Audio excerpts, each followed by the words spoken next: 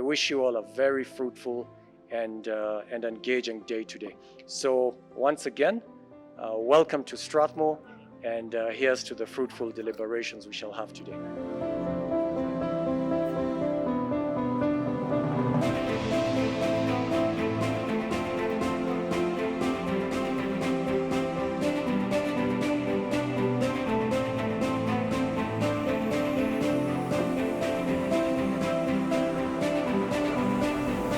I would like to welcome our Deputy Ambassador, Mr.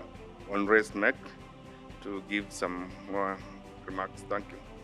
I'm extremely pleased, of course, to be here today and to join you for this launch of Horizon Europe, and specifically the Africa Initiative 4, with a dedicated focus on strengthening Kenya's engagement, participation and cooperation. We already heard from the Vice Chancellor that indeed Kenya is very successful in attracting, in using the funding that comes from the European Union. In the African context, it ranks sort of second, I think, after South Africa. But we always believe that one can get even better. And I think that should be always the goal, to improve. On our side, we see this event and also the continuous funding and the support and the programs that we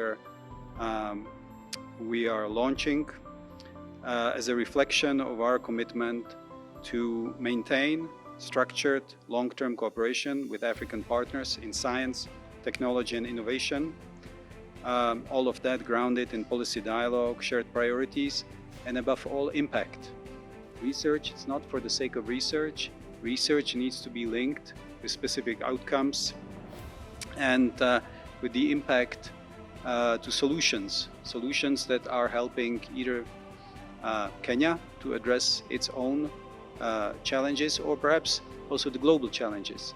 For us, we see research and innovation as central aspects of the EU-Africa partnership. They underpin economic transformation, resilience, competitiveness, and the capacity to respond to shared global challenges from climate change and public health to food systems and digital transformation. For us, we see this workshop as something within a well-established institutional framework. The cooperation between the European Union and Africa in science, technology and innovation is anchored in the EU-AU high-level policy dialogue on science, technology and innovation, which provides a platform for joint priority setting, coordination and implementation. And I want to strengthen this, joint. We are working together on these things, we're doing these things together. This is not EU putting things out, this is not a one-way street. This cooperation has been further consolidated through the AU-EU Innovation Agenda, endorsed at ministerial level, which defines 4 shared priority areas. Number 1, public health. Number 2, green transition. Number 3, innovation and technology. And finally, capacities for science. I think all of these are relevant for Kenya. Africa Initiative 4 builds on 3 previous initiatives implemented since 2021. Together, these initiatives have mobilized more than 1 billion euros for collaborative research involving African partners from over 50 African countries. Africa Initiative 4 will provide more than 600 million euros over the period of 2026 to 2027. This is serious money. We need to make sure that it's being used well. Kenya's performance within this framework has been particularly strong. Kenyan institutions consistently rank among the top beneficiaries in Africa, both in terms of participation and funding secured. This reflects the quality of Kenya's research base, the maturity of its institutions, and its growing role as a regional hub for science and innovation. And I'm particularly pleased that PS is here today to share with us his vision for doing just that, and also explaining to us how we as the European Union and also the EU member states can fit within the implementation of that vision. We're marking 50 years of diplomatic relations between EU and Kenya this year. And we see it as a partnership that has grown a lot in scope, but also in quality. We started a lot with development cooperation 50 years ago. but we have moved very strongly into areas of trade, investment, political dialogue, security, and many others. What we are trying to do here in the EU delegation in Kenya is to highlight those 50 years and highlight the partnership specifically on the example of science, education, and culture. These are the so-called soft areas, and sometimes they don't really receive the type of recognition that they should be getting. It's for many reasons. I think we spoke with the PS before this. We see that the investment that we are putting in science takes a long time to mature and to bring the results. And I think part of the challenge that we see this year, or that we are trying to address, is to explain why we are using the resources that we are using, why this partnership matters, and what kind of impact it's making. Now today we will be talking primarily about Horizon, but we have also created space for a discussion around the programs that are supporting research in Kenya and in Africa, the bilateral programs of the EU member states. So for me, the workshop today is not only about information sharing, it is about positioning Kenyan institutions to engage strategically, build strong international consortia, and compete successfully in a global research and innovative landscape based on excellence. Let me conclude by thanking the government of Kenya, Strathmore University, and also my colleagues and partners involved in organizing this event. We're looking forward to continuing and further strengthening our cooperation with Kenya in science, technology, and innovation as part of a forward-looking partnership in the years ahead. I wish you a constructive, fruitful discussions today, and I hope it will be time well spent, and we will see many more proposals from Kenya. Indeed, Kenya will become #1 in the use of Horizon in the years to come. Thank you for your attention. I'm pleased to let you know that we now have a dedicated state department that looks at matters of science, research, and innovation. This is very fundamental for us. For a long time, we have been speaking about science being given a backseat, so to speak. And His Excellency the President, through his wisdom, decided that we need a dedicated State Department. So I'm your servant. I was given this responsibility to take it up on your behalf. But before I even go into what I want to tell you this morning, those who are listening to me from online and in the room here, I will not be able to do it alone. We will really have to work together, and I'm glad what Prof has just said, so that when you come to Strathmore, you say, how did Strathmore able to do it? So that others could be able to learn. And for me, really, we have many children, so to speak. In the country, we have now almost, not almost, but more than 80 universities, more than 17 research institutions that are in this ecosystem, try to look at how science, research, and innovation would be able to spur economic development and, of course, create jobs. By the end of the day, it's all about that. It's not that we want to do research for the sake of it. So this event of Horizon Europe Africa Initiative awareness hybrid workshop is very, very important in my opinion, because it's an opportunity that we provide to you, and we are very thankful to the EU. You know, you can imagine the food is being brought on the table for you. You have no excuse.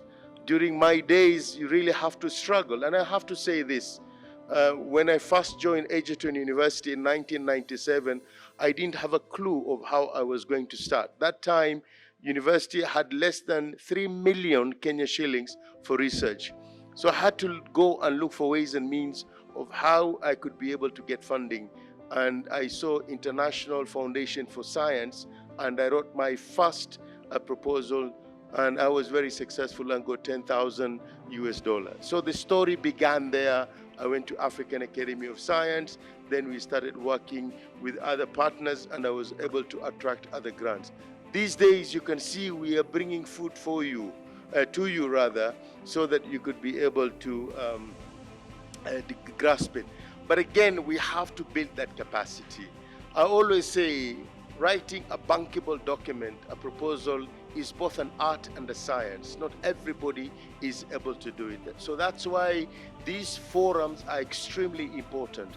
You can be able to understand the gist of how you would be able to do this, and you will be able also to hear from the grantees on how they've been able to walk through the trajectory of getting this funding.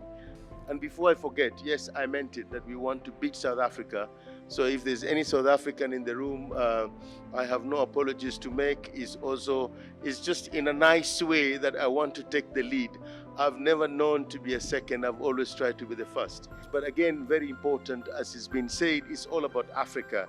If Kenya wins, South Africa has won. If South Africa wins, Kenya has won as well. Science, research and innovation, friends and colleagues, is really central pillar of the Kenya National Development Agenda. And when you look at the bottom-up economic transformative agenda of this country, the 5 pillars, if you look at them, my really role is to try and break it down, right from the agriculture, health, MSMEs, you go to housing, you go all the way to digital superhighway. How will science play a pivotal role in all this for the benefit of society? And I really want to underline that, for the benefit of society. We have done research for a long, long time, but the question is, how has research been translated to policy, and how policies have been able to change the situation on the ground so that we can become a better Kenya, so to speak. So these are really key drivers of economic growth, productivity, competitiveness, and resilience. More importantly, they provide evidence-based solution in the pressing societal issues, as the ambassador said, climate change, food and nutrition security, public health, energy transition, and sustainable industrialization. When you look at the global undertakings such as SDGs, we are somehow relatively behind in Africa by all standards, literally all indicators. When you look at the Agenda 2063 of the Africa Union, the Africa that we want, there is that aspect of having an industrialized Africa, and then come back home, you look at the better, you look at the Vision 2030, and you know that the foundation of all this is science, research, and innovation. But again, we have to be able to translate and break it down and have an effective communication so that we can explain to the people of how science can be able to spur economic wealth and create jobs as well. So it is for this reason that the government, through the State Department, continues to prioritize strengthening of our national research and innovation ecosystem, both through domestic investment and strategic international partnership. It's very important that we continue advocating for more resources from the domestic basket, so to speak. But at the same time, I want to leverage, and this is one of those examples that we are working with partners so that we can be able to leverage on the resources that we have. The Horizon Europe represents one of the world's most ambitious research and innovation frameworks. It's already been said, we had a conversation, we had a dialogue in the University of Nairobi, and I'm pleased that we are repeating again here. So let's take it up to the next level. I meant to understand, so far we've been able to, Kenya had mobilized almost 60 million euro with more than 150 Kenyans participations through Horizon Europe projects. This is a very positive trajectory, but it's not adequate in my opinion, because I have standards that I have set. And one of the standards I want to whisper to you this morning is I want, for example, to have 100 PhDs per million population. So help me in doing that.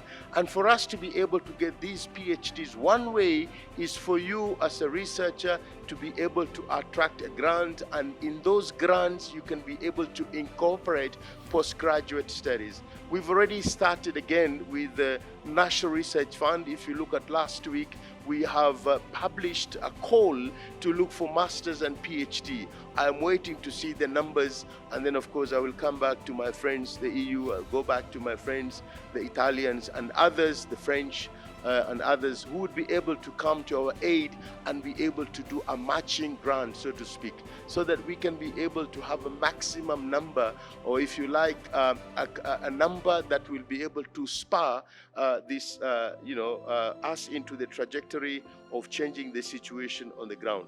These initiatives are strengthening research capacity and also enhancing institutional competitiveness, so that we can be able to be on the global map as far as the research is concerned. It's very important. And when we speak about research here, I'm looking at the research itself and how we can be able to commercialize the research product, so to speak. It is not an issue of just doing research for the sake of it. Yes, I know.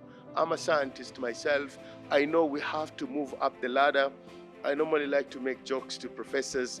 The higher you go, the cooler it becomes, all right? So you start as a lecturer, you go as a senior, you get more, you go as an associate, you go as a full professor, you get more, and when you get to the VC, then you're almost 3 times more than the professor. It's a reality, yes, but at the same time, we want to look at a way where you can still remain a professor and earn the salary of the vice chancellor. This is how we want to do it, because we want to pick your brains. We want to be able to solve the challenges of the society. This country, for example, Kenya, can move to the first world status through us here. It is not the people outside there. And you know the principle of 80-20 is we, the intellectuals, that we need to think outside the box and if possible create a new box so that we can look at the societal issues and be able to address them. So Horizon Europe Africa initiative aligns closely with our national priorities. We are promoting the scientific excellence and integrity. And I really want to emphasize this scientific excellence in the sense that we want you to develop a cutting-edge research for Kenya, for the region, and globally as well. We have to contribute into the national knowledge, regional and international, the global knowledge. It is unacceptable that in Africa we are having maybe about 1% of the global knowledge. Yet we have all these institutions of higher learning, research institutions as well. The other day you saw very well the way we are sliding down as far as the Global Innovation Index is concerned, from 77 few years ago to almost 102 now. I want to make sure that we can be able to have a turnaround of this, and it's through you guys that we be able to collect data, information, and be able to package it in such a way that is going to be acceptable. Secondly, strengthening technology transfer and innovation uptake. Whatever technology we develop, it has to be transferred outside there. If you're having a problem of food insecurity in the country because of 30 to 40% of pre and post-harvest losses, then we have to make sure that we can be able to come up with a program to address this. If you're looking at the challenges of energy, then we have to make sure that we incorporate renewable energy, make good use of the sunshine that we have, making good use of the biomass in terms of, for example, biogas that we can be able to produce. And you can go on and on depending on the challenges of the society. If it is medical, for example, it is unacceptable that at the moment we have almost 43,000 cases of cancer in the country, and we lose almost 23 Kenyans on an annual basis as a result of cancer. What sort of research do we need to do? What sort of precision medicine and personalized medicine do we need to? So these are the questions that we need to ask ourselves when we are addressing the challenges of the society, so that whatever we do, we can be able to add up and say, we were here, we are doing research, we are doing innovations, we are doing commercialization, and now we've been able to bridge the gap. The third thing is development of high-level human capital. Unless you have competent staff, unless you have the human capital we will always be able to be consumers of technology. I want to change that trajectory so that we can be producers of technology and minimize of being consumers of technology. And we must be able to tap the knowledge in the country, in the region, and globally as well. We have quite a number of Kenyans in the diaspora. Thank you very much for giving us the money into the economy. But I also want to pick your brain so that we can minimize the brain drain and maximize the brain gain. And when that is done, we do the maximization of the brain circulation. It's very important that we work together. I want to break the silos because I know I've been in this ecosystem for a while. One of the biggest challenges me and myself, we have to break that. Can you imagine if all these institutions were able to come together and be able to work together on the trajectory of changing the country? We will move faster than the way we've been able to do. And lastly, translating research into tangible social economic impact. It's all about impact, impact, impact.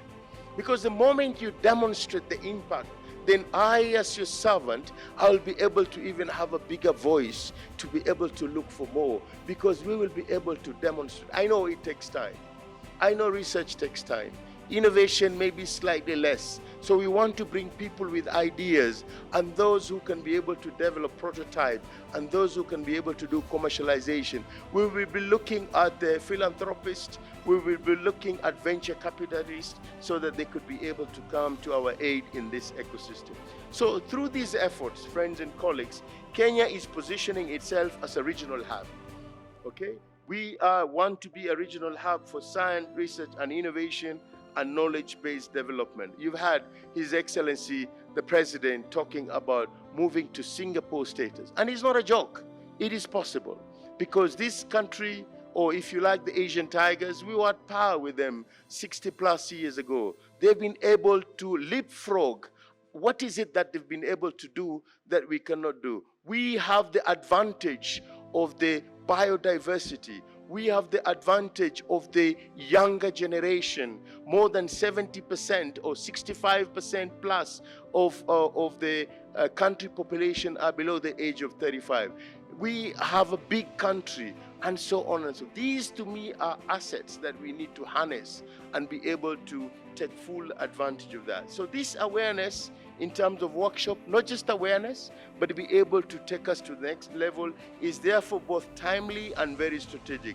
It provides a platform, among many things, to increase the understanding. And I really want you to pay a lot of attention to be able to understand the Horizon Europe funding opportunities. Please don't let me down. Understand this. Put a bankable document, put a very strong proposal, and let the ambassador come when I'm having coffee with her and my brother here to tell me, Shaukat, Kenya has done very well, and now Kenya in position number one. I always like to call the youth not the leaders of tomorrow, but co-pilots, that we are working hand in hand with them so that we can be able to take this country to the next level. Friends and colleagues, I'm confident that the discussion over the course of this workshop will lead to a strong partnership, competitive proposal, impactful research, outcome for Kenya and the wider African continent. So now we are now going to the next stage where we are Professor Dickson Andala, the CEO of the National Research Fund, is going to give us a presentation on the development of science, technology and innovation in Kenya. So I'll briefly take you through who NRF is. I know they are our colleagues from EU who might not be aware about NRF. So NRF is a state corporation which was established in 2013, of course, whose core mandate was to mobilize, allocate and manage financial resources geared towards advancing science research and innovation for purposes of having a knowledge-driven economy. I'd like to mention that we are not established in isolation. We've got 3 sister agencies, that is NACOSTI, which is the National Commission for Science, Technology and Innovation. And as already mentioned by the PS, they play a role of coordination, promotion, advancement and regulation of science and technology in Kenya. We've got National Research Fund, as already mentioned. Ours is to resource mobilize, as well as manage the financial resources. Currently, we already have a call running, which is on postgraduate students, masters and PhD. For the masters, they're going to get $500,000 for 1 year, and then the PhD, I know some have already approached me, they're going to receive $2 million for the 2 years that they're going to do the research. We've got Kenya. Kenya is the Kenya National Innovation Agency. Kenya now picks research outputs into now the space of commercialization. We've been having activities which we call the Innovation Week. This year, last year did not happen, but we've moved it to happen this year alongside the Science, Technology, Research and Innovation Week that is going to happen in May. So those are our key functions. The first one is to mobilize resources, as already mentioned. Secondly is to prudently manage those resources. We are looking at when we have got a fund, the fund is supposed to grow and of course be sustainable. So we invest these funds into the financial markets for us to be able to grow the fund. We similarly, of course, develop human resources through grants, one of which I've already mentioned, the one on the postgraduate students. And then we also have multilateral funds, and we also give priority to the marginalized, more particularly the women in science, and of course those who are coming from communities which are disadvantaged. We also allocate funds for research to promote multidisciplinary collaboration among universities, and we've done so up to the second multilateral calls involving several universities. And we also support the development of research capacities. In this case here, we've supported 19 infrastructural projects or grants which are aimed at building research capacity for various institutions. An example, I know Kenyatta University in the house. We've got as well Multimedia University of Kenya. Are they around? We've got Maseno University.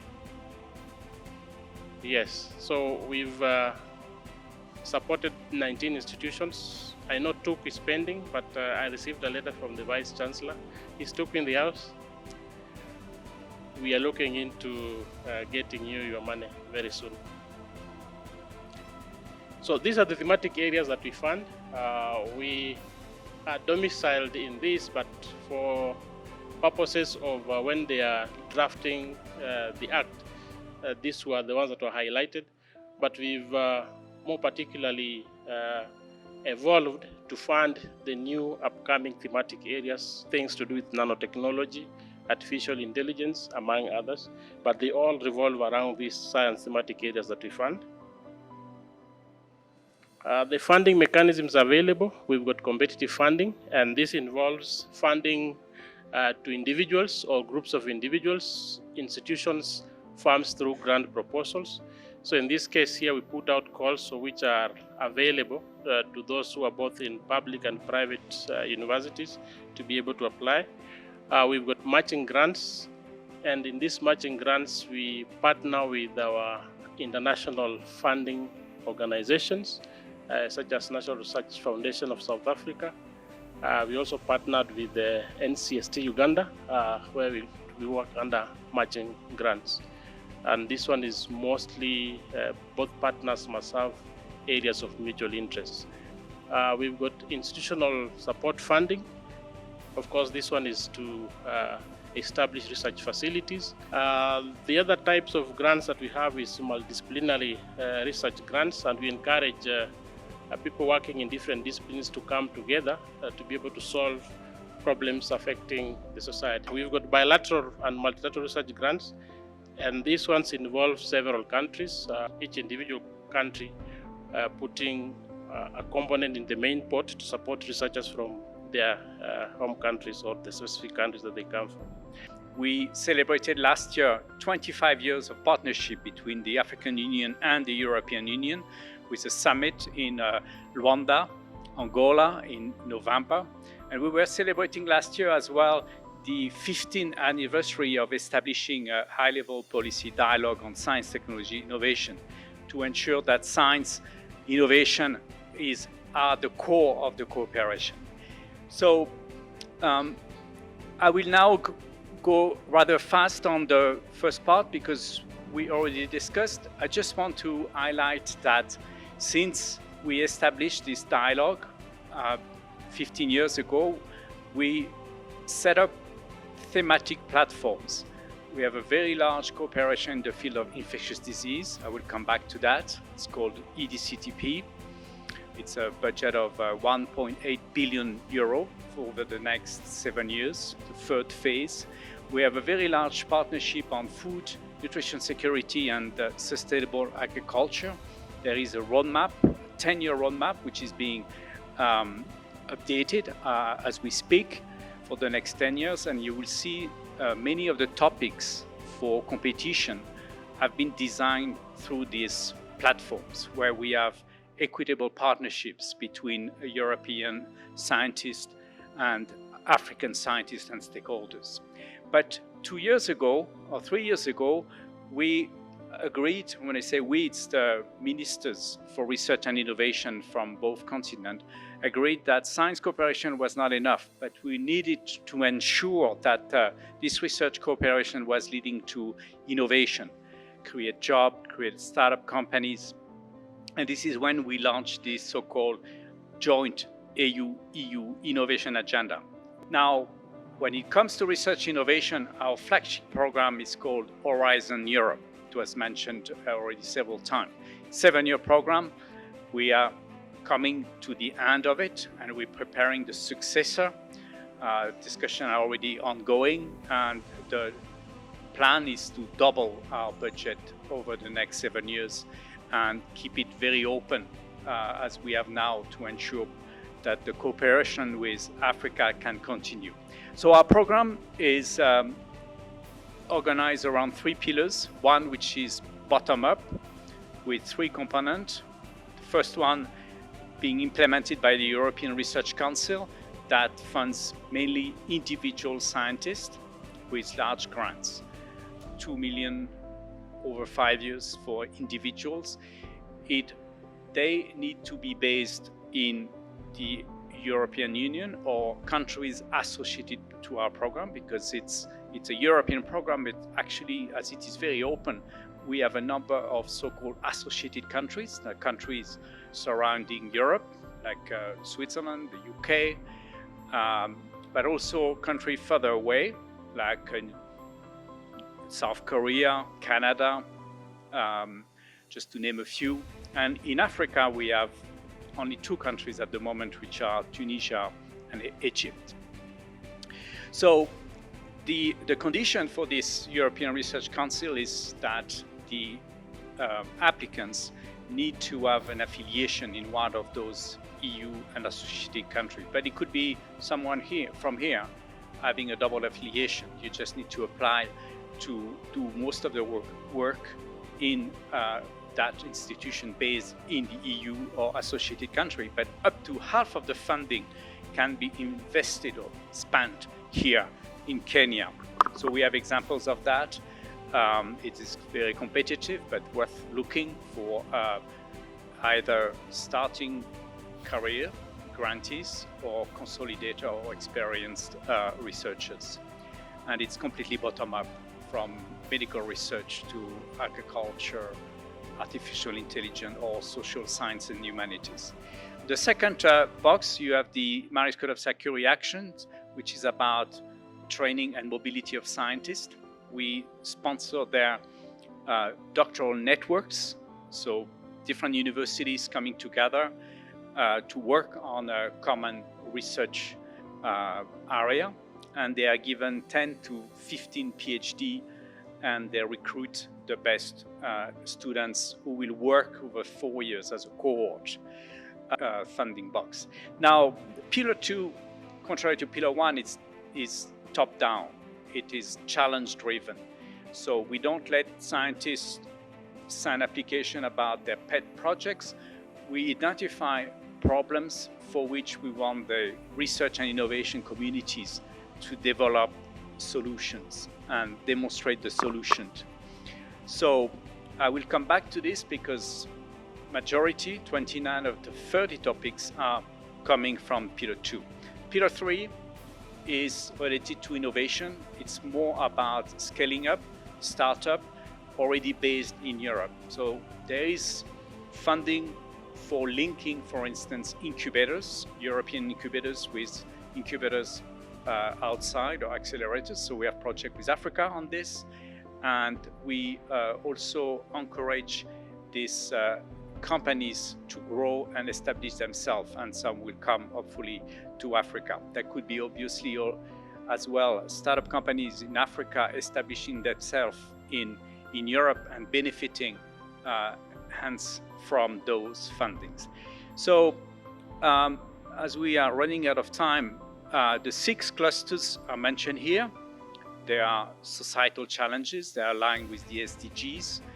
And this is where every year we have a call for proposal where we identify among those clusters specific problems. We call them topics where we call for proposal. The evaluation is done by your peers, and you are also invited to apply to be an evaluator. You are paid for this, well paid, and when the final ranking is being done, usually it's done closed doors in Brussels, so you're invited to come to Brussels. Then you can understand really how the evaluation works. There are 3 main criteria: excellence, how does the proposal goes beyond the state of the art and really addresses the issues in the core; impact, how do you demonstrate that the project will really deliver the results and implement them, and that it's not just publications, but that there will be clearly a good return on investment. And the third important criteria is the quality of the management. It's not enough to put together very good teams. They need to explain how they will work together, how they will protect all the IP and share it between themselves and make sure that this goes well. If something goes wrong, is there a mitigation plan? Things like this. So when we launched the Horizon Europe in 2021, we had a call covering 2 budget years, and among the many topics which were open for competition, we identified 36 for which we encouraged participation of African teams. Sometimes it was mandatory, sometimes it's just strongly encouraged, but not an eligibility criteria.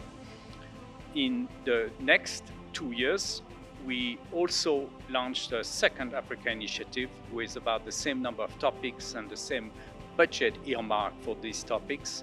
Last year, we had the Africa Initiative 3 with a significant increase in budget and number of topics. For one budget year, we had 24 topics and 500 million euro open for competition. These proposals are currently being evaluated and the selection is ongoing.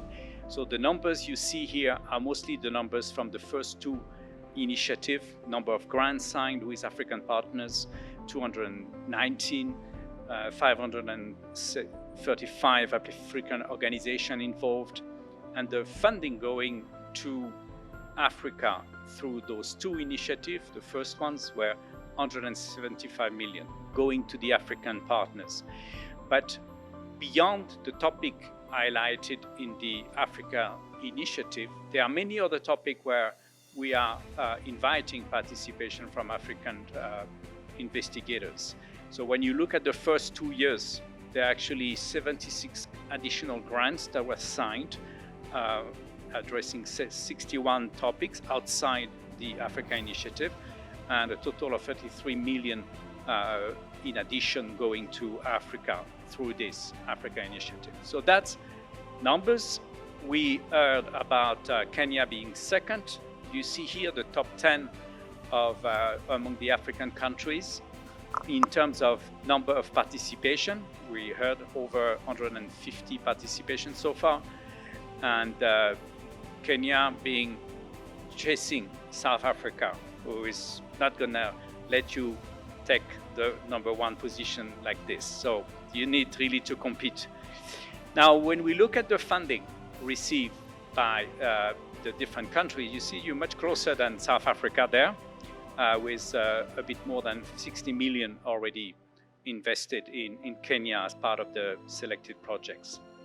So if we look at the data, first comparing it to the previous 7-year program, 2014-2020, was called Horizon 2020, we had 142 participation from Kenya over the 7 years, with a budget contribution of 31 million euro, a rate of success of 18.62, which is just below average, so very satisfactory. If you see who was receiving money the last 7 years, you see a lot of the UN bodies established here in Kenya benefited. ILRI, University of Nairobi. Strasbourg is coming around 10, I think, on this list, and different programs involving as well NGOs and some governmental organizations. So we have EURAXESS North America, Latin America, of course Africa, India, Asia, China, Japan, Korea, and Australia and New Zealand. So if you need any contacts or researcher or institution in these regions and countries, you can reach out to my colleagues, or maybe you can send me and I can try to connect you with my colleagues. So let me tell you a little bit about EURAXESS worldwide. This is again the largest networking. We have more than 130,000 researchers, innovators in our database. You can imagine how big it is. And out of this, 22,000 are from Africa. From this, around 2,000 are from Kenya. It's really, Kenya is highly represented, so thank you very much for your active participation in EURAXESS. And we organized over 3,000 online and physical events. 150 of them are from EURAXESS Africa, myself and my colleague involved in this. EURAXESS Africa is one of the youngest hub, of course. It's established in 2022. And it has become now a central platform for EU-Africa research and innovation collaborations. In EU kind of meetings, you always find EURAXESS Africa. Our network really plays a significant role in this. And our central management is based in Brussels. Christina Gomez is the project coordinator. As soon as she gets information from headquarters in European Commission, she sends out to all of these 9 hubs, and myself and my colleague get this and immediately disseminate to our 22 contacts in Africa, so that information gap will not be really an issue. You get it immediately as soon as it's launched, as soon as it's released from the European Commission. So let me go quickly. So researcher interested in postdoctoral fellowship, of course, he or she should have a PhD at hand, or maybe around the defense. He or she has to submit at least the thesis. And it must have a maximum of 8 years of experience after PhD. This is the limit, right? If your research experience is more than 8 years after your PhD, you may not be eligible. But in case during these 8 or 10 years, if you work outside of the academia in another field or another responsibilities, some of the years may be deducted, and you may still be eligible to apply for postdoctoral fellowship. Right? If you are beyond that, there is another very interesting scheme that we call it European Research Council grant, which actually attracts talented researchers, even who have experience after 8 years of research after PhD. So let me go very quickly. Staff exchange.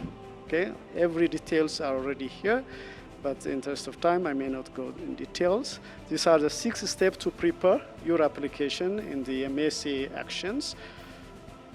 So when you click in each of these steps, it takes you to the web page so that you get full of information about it. Yes, this one, European Research Council. So far, around 26 ERC grantees are from Africa. I'm not sure, but so far we didn't get any from Kenya. So this is maybe the good opportunity to invite you to apply for it. And when we have another event, we invite a testimonial from ERC, from Kenya. So the first one is a starting grant. You will earn up to 1.5 million euros for an individual researcher, imagine. For 5 years of duration, what is expected from you or eligibility criteria is 2 to 7 years of experience, right? This is for the starting grant. When it comes to the consolidated grant, you could earn up to 2 million euros for 5 years of period. What I expect from you is 7 to 12 years of experience after your PhD. You see, it's getting now a bit higher. Now, advanced grant, as the name also indicates, you'll earn up to 2.5 million euros for the up to 5 years period. It requires, of course, an excellent scientific track record of recognized achievement in the last 10 years. The last but not the least is synergy grant, which is a little bit different from the others. In the previous ones, only one PI is applying, but he can or she can have their own team, research team, recruit postdoctoral researcher, recruit PhD researchers, by the way, okay, but it's given to individual researcher. But in case of synergy grants, 2 to 4 PIs, okay, not only one, but 2 to 4 PIs can collaboratively apply for a grant. One of them could be from third country, let's say from Strathmore University. And I should consider maybe this one, because it's 10 million euros. So if you divide it to 4 PIs, you may get up to 2.5 million euro for this institution. And you don't need to go to Europe or associated country to do or to perform this research. So, you know, this is also very interesting. One requirement here, initially it was not really known, but now what they require is you need to have a hosting institution in Europe. Hosting an institution. There are so many institutions I will show you when you navigate through the EURAXESS. Okay? So that is the only thing that requires from you. Hosting an institution, get a support letter, and apply for it. And up to 50% in Europe. The rest can be done, of course, in third countries, which is also very interesting, right? 49% maybe you can do it here in Kenya. The rest should be, of course, done in Europe or in associated country, as it is a public funding, right? Yes, so this is one thing that I would like to mention. This is the calendar for both MSA and ERC. Some of are actually, the deadline already passed, but they come every year. So you need to just keep your eyes on and watch our website, watch EURAXESS, watch EU funding and tender portals. So for example, at the moment, the staff exchange is open. It opened since 16th of December.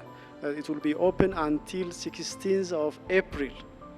So you have 2.5 months to go, right? So if you have any project at hand, of course, this is something that you need to consider. But everyone, ERC starting, consider whatever, in MSc, doctoral, postdoctoral, staffing, they come every year.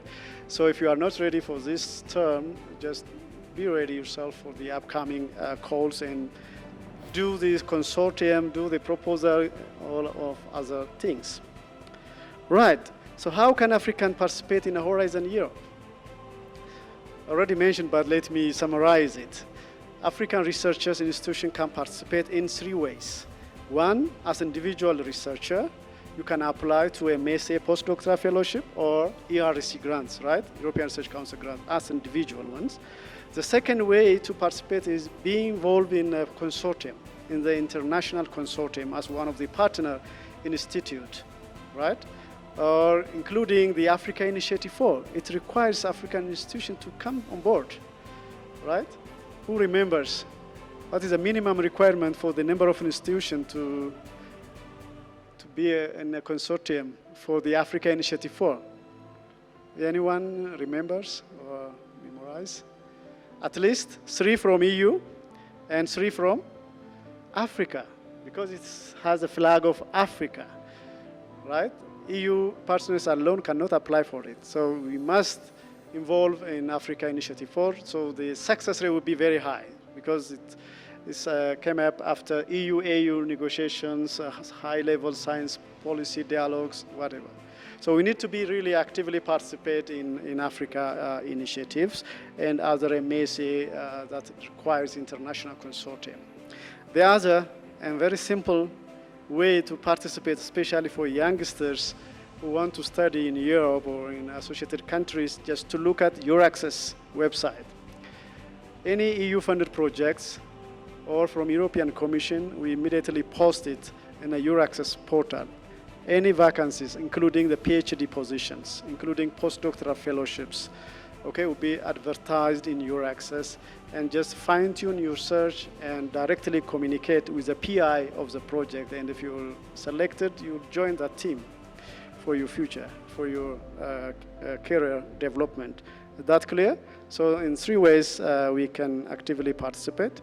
Yes, I also get many feedbacks from participants like you, because Horizon Europe is very competitive, and why really waste our time? Of course, it's very competitive, right? Leave alone EU funding instruments, even the local ones, even the university ones are very competitive this time. It's not really easy. But I believe there are talented researchers. There are vibrant researchers who can compete with the world and win. There are so many witnesses for this. Okay? There are also many from Strathmore University, right, who are able to secure these highly competitive projects. So why not for us? Hi everyone. My name is Anwa Sharambugu. I'm an electrical engineer and an electricity researcher at Strathmore University. So I'm going to talk you guys through our energy access journey, some of the stuff that we've been doing. This is not all of it. This is just the projects that I've been... Okay, so the projects that we have cover everything from renewable energy systems and hydrogen economy. We've done smart grids and digital energy. There's electric clean cooking, and we have a bunch of projects also on open source energy modeling.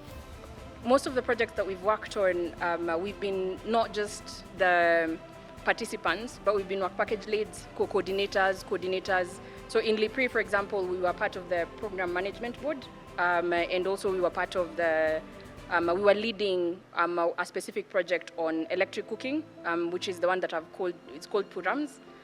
So we co-designed that project with multiple different organizations. The project had Rwanda, Mozambique, Portugal, and Spain. The participation in these activities has enabled us to do a bunch of things, one of them being, it catalyzed a major forward leap for us in terms of EU reporting, ethics compliance, impact tracking, and also it scaled our governance capacity. So in terms of like our participation outcomes, and so let's start first of all with the projects themselves. So the first one is we built a solar clean cooking, a solar powered electric cooking prototype. There is a smart grid digitalization tool. It's called SETA-DISMA. Then we have a geothermal resource mapping tool. Then there was the green hydrogen transition roadmap and policy framework, open source modeling frameworks. We did the monitoring, evaluation, and learning for the European, for the LIPRI project, and also financial reporting. And then for development of materials, throughout all of this, we did development of materials for students, researchers, policymakers, on different topics. So this is a very, very important component of all our projects. We try and make sure that there is dissemination internally, because there's this thing where a lot of people, you do a project and then people hear about the project, but internally, people mostly cannot tell what exactly you are doing. So going back to the applications, so operational challenges, managing and coordinating large multicultural consortia is not easy. Firsthand, sometimes we'll be speaking English, but we're speaking very different things culturally. For someone, a certain gesture is rude. For some other person, that gesture is actually politeness. And we had a lot of like cross-translation sometimes in meetings where Kenyans are very upfront, for example. I will say something and I'll be like, oh, this is how I think we should do it. And someone from another culture will be like, that was rude, right? So there was a lot of like figuring out how everyone actually takes things and being able to adapt to it. So adapting to evolving core priorities. adapting pre-existing problems and interest to calls. One of the biggest challenges I've seen with a lot of call applicants is you want the funder to fit into your ideas rather than you to figure out how your ideas fit into the funder's call. It's a job, but it's actually doable. Crafting competitive proposals under tight deadlines, you need to find partners early. There's no way around this. And one of the things that I'd encourage someone to do is try and keep in touch with some of the people that you've done applications with, because in future you tend to you'll see a call and you can reach out to them, and a lot of times they'll be like the people who, even if they're not applying, someone will tell you, I actually know someone who's applying for this. Crafting competing priorities given budgetary constraints. So you have an issue where someone you want to put a travel budget to travel to different places, but at the same time you have, let's say, a capacity building component that you need to actually work on. So you have to figure out there's a lot of balancing, and there's a lot of budgetary, considering budgetary constraints. And in terms of that specifically, there's also a case of you will sometimes need to put in some of your time unpaid, or some activity unpaid, given if your budget is, let's say if you have a very, very tight budget and you think this is something that we have to do, it's important that you consider talking to your finance department, for example, to allow you to put in some in-kind contribution. Then navigating complex structures and digital platforms, use EU platforms as your source of information. I think EURAXESS will make a presentation, so you should be able to be shown where you can find things like partners. So for example, there is a place where you can go online where there's a call and actually find partners, because people will put up their names, their institutions, and say, we are looking for a partner in this and this and this. Even if you're quite completely new in the ecosystem, that's a system that you can actually use. So what are the best practices? So align, don't just apply. So map your idea to the Horizon Europe Work Program priorities. Read destinations policy intent, not just the topic test, because there's normally the text itself, but there's normally the underlying intent. So if you see a call and let's say, so one example I normally give is Agenda 2063, or for energy, something called the CCSE roadmap. So if you're applying for an energy call and you haven't looked at like climate change and sustainable energy roadmap, which is an EU-AU document on climate change and sustainability on the continent, you'll have a bit of issues, because then the priorities are kind of listed in as much as they're also in the agenda, and they're also in the Horizon Europe framework. So try and go through as many documents that are referenced for these programs as possible. Then there is, and my conversation today is about energy, so I'm quite sure the same things. There's other things that exist, for example, if you're in health, or if you're in another sector. Then write for reviewers, not for yourself. So follow the official structure, use plain language and visuals to show your system logic, and quantify your outcomes. This is extremely important. And then build a smart consortium. So diversity in function and geography. Function is extremely important, because I've had people come and tell me, oh, we were rejected because we didn't put policy. We didn't show how this impacts policy, or we didn't show how sustainability looks out. You really have to read the calls and understand in principle what they're asking for. And then demonstrate sustainability and capacity. This is extremely important. Plan policy uptake, business models, training pipelines, open access data sharing if there's any. Demonstrate links to existing institutional assets, letters of support if you need them. Use prior Horizon experience to show credible track record. Then use tools and networks. So the funding and tenders portal, join communities. Lipari has an online community platform that you can join. Create proposal clinics, small group reviews where participants refine each section together. This is very important, especially internally, either in country, where you're in University of Nairobi, you're in Strathmore University, you can actually have a meeting together very easily. The proposal clinics are where you find out that something that you guys thought was similar, like you actually shared, you were saying this, you're speaking the same language, you actually find that you actually have differing perspectives. So it's very, very important that you look at that. So in summary, finding partners, early engagement with potential partners in workshops and other environments, talk to people. So today is a very good day to talk to people. Evaluation, prioritize research quality and impact. Impact, by the way. And alignment with EU-AU priorities. Ensure implementation capacity is evident. Make sure you're very, very clear. Like, don't promise things that are not in your team. So one of the things that we do, we are a team of engineers. And the problem with engineers is sometimes we forget things like gender and policy. So we always, for our team specifically, we have a lawyer in team who makes sure that we actually don't miss a bunch of stuff. Because I would say I've worked on a lot of gender projects, right? And that means that I can now write something gendery into a proposal, but then she'll look at it and she'll be like, which means it's kind of like there is a certain expertise that you have based off of your training. Application success, successful applications link science to society, energy access plus gender equality plus policy improvement, and also include sustainability. And it's extremely important that you take that into consideration. It's not easy, but it's actually doable if you actually are able to balance priorities.